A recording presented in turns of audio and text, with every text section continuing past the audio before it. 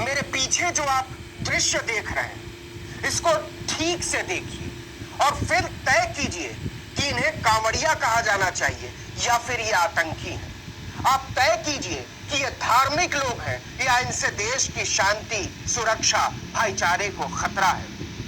ये कमाल की बात है कि ये सब कुछ पुलिस की नजरों के सामने हुआ, प्रशासन की नजरों के सामने हुआ। कहानी क्या है आप सुनेंगे तो दहल जाएंगे। हरिद्वार जा रहे हैं कांवड़िया, आपको पता है सावन का महीना है, जल उठाने के लिए जा रहे हैं और वापस आकर अपने गांव, कस्बे, खेड़े में मंदिरों में जल चढ़ाएंगे। ऐसा ही एक दल जल लेकर लौट रहा था और मंगलोर के पास, हरिद्वार के पास एक जगह है, वहां आराम कर रहा था। वहां एक साहब अपनी गाड़ी बैक करने की कोशिश कर रहे थे और बैक करने के दरमियान उनकी गाड़ी एक कांवड़ को बस छू जाती है और इसके बाद तो कांवड़ियों का गुस्सा 7वें आसमान पर जा पहुंचता है। गाड़ी में बैठा हुआ शख्स एक मुस्लिम है, उसके सिर पर टोपी है। आप समझ सकते हैं कि इसके बाद वहां क्या हुआ होगा और इसके बाद वहां कैसे वो खतरे में आए होंगे। पूरा विजुअल आप देखिए और उसके बाद फिर समझिए कि किस तरीके के माहौल में, किस तरीके से इस देश के लोगों को एक दलदल में धकेला जा रहा है, एक भीड़ में तब्दील किया जा रहा है और कौन लोग इसके लिए जिम्मेदार हैं।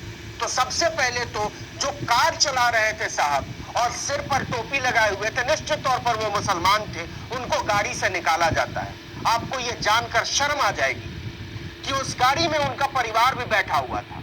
उन सबको गाड़ी से कांवड़िए खींच लेते हैं, हिलाने लगते हैं, जबरदस्ती उनको खींचकर बाहर निकाला जाता है और इसके बाद जो होता है वो देखकर आपका दिल दहल जाएगा।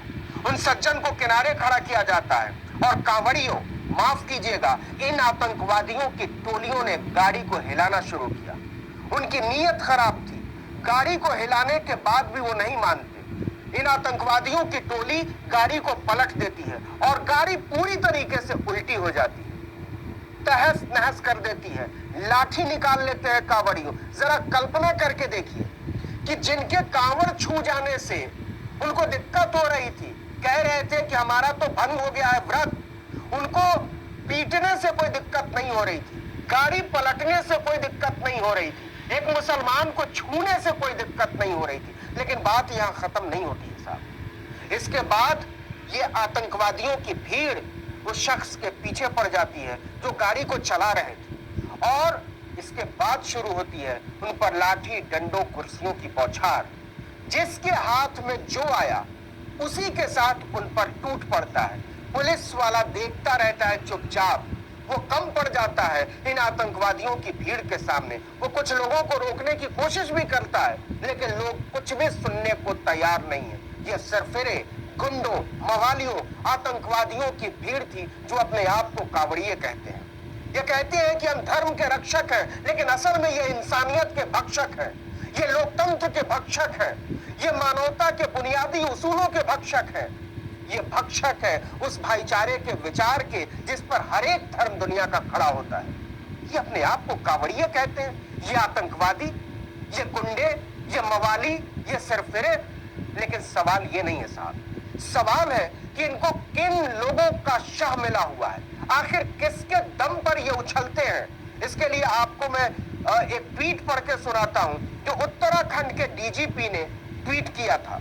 और उत्तराखंड के डीजीपी ने क्या ट्वीट किया था? शिव भक्तों की सुरक्षा और सहयोग के लिए हम प्रतिबद्ध हैं।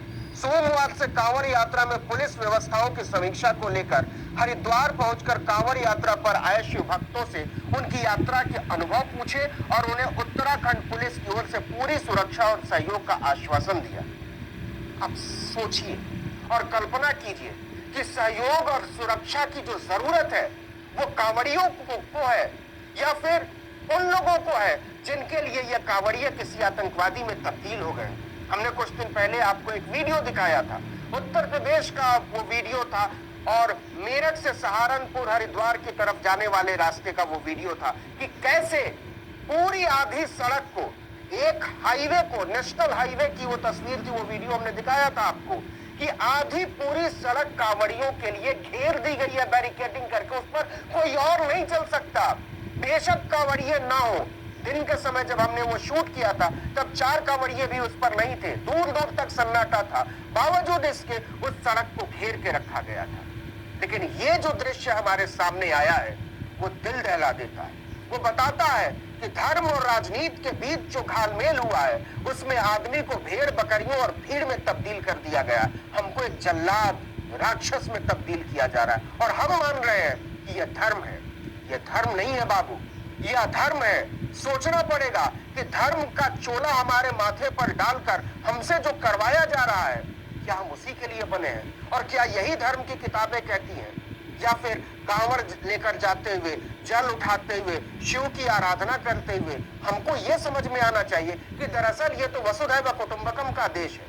शिव तो औघड़ बाबा है, वो कहते हैं कि सबको साथ लेकर चलो। उनकी बारात में तो भूत पिशाच तक गए थे। और ये आतंकवादी एक मुसलमान की गाड़ी पर उस पर टूट पड़ते हैं, नोचने लगते हैं, लाठियां चलाने लगते हैं, दुष्टता करने लगते हैं और ये कहते हैं कि हम शिव के भक्त हैं। ये कुछ भी हो सकते हैं, शिव के भक्त नहीं हो सकते।